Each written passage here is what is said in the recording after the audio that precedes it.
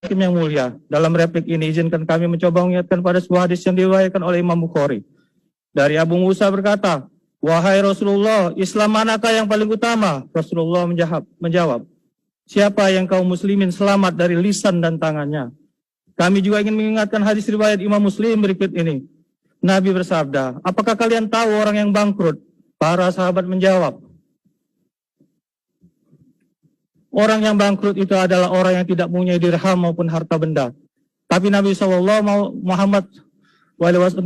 Muhammad SAW berkata, orang yang bangkrut dari umatku ialah orang yang datang pada hari kiamat, membawa pahala sholat, puasa, zakat. Namun ketika di dunia dia telah mencaci dan salah menuduh orang, makan harta, menumpahkan darah, dan memukul orang lain tanpa hak.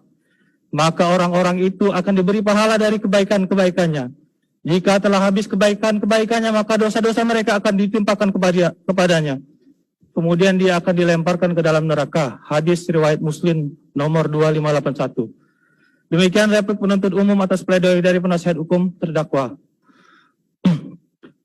yang telah kami bacakan dalam persidangan hari ini, Kamis tanggal 20 Mei 2021.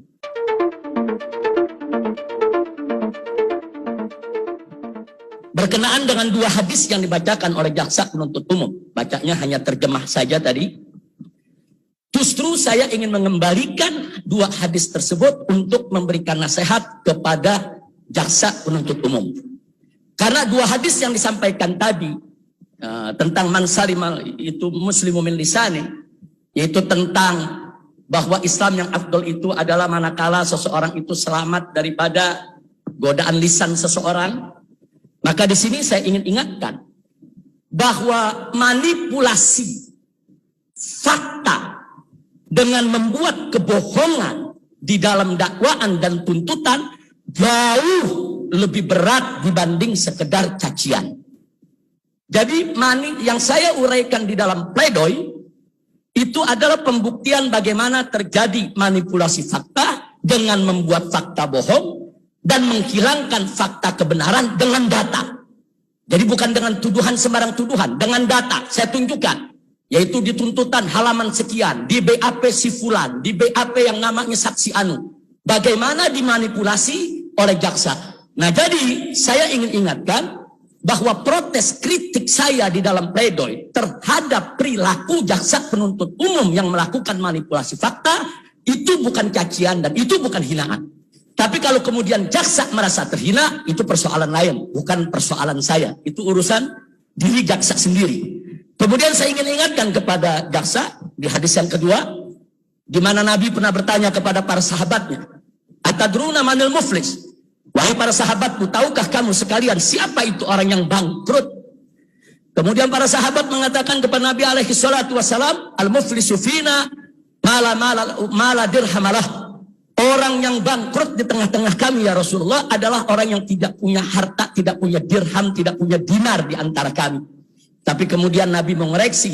Beliau mengatakan, "Al-muflisu min ummati," orang yang bangkrut di tengah umatku adalah man ya'ti yaumal qiyamah. Orang yang datang nanti di hari kiamat menghadap Allah. Bisolatin wa siyamin, dengan berbagai macam amal ibadah, dengan sholat, dengan puasa dan lain sebagainya. Tapi qad zalama hadza wa syatama hadza wa sabba hadza wa qatala hadza.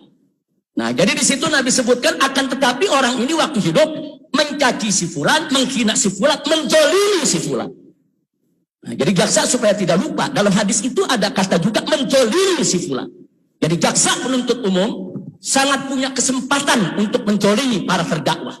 Kapan saja mereka hadir di ruang sidang, mereka punya kesempatan untuk memberikan keadilan kepada para terdakwa atau untuk memberikan kezaliman kepada para terdakwa. Dan manakala seorang jaksa memberikan kezaliman kepada terdakwa, maka itu adalah satu dosa besar, jauh lebih besar daripada sekedar cacian. Dan itu akan membuat para jaksa bangkrut di hadapan Allah dan akan dimasukkan ke dalam neraka jahanam.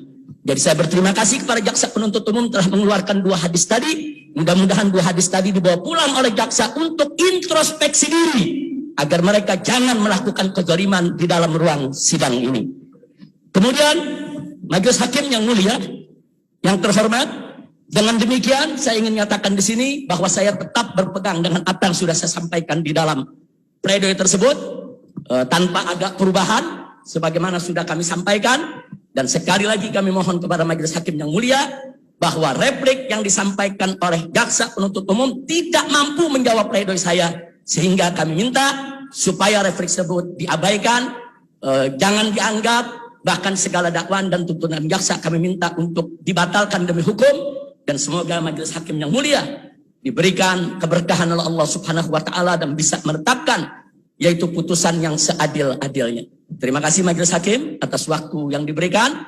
Mohon maaf yaitu atas segala kehilafan, kekurangan selama saya menghadapi sidang ini, dan mudah-mudahan majelis hakim yang mulia senantiasa dalam lindungan Allah. Sekian majelis hakim yang saya hormati.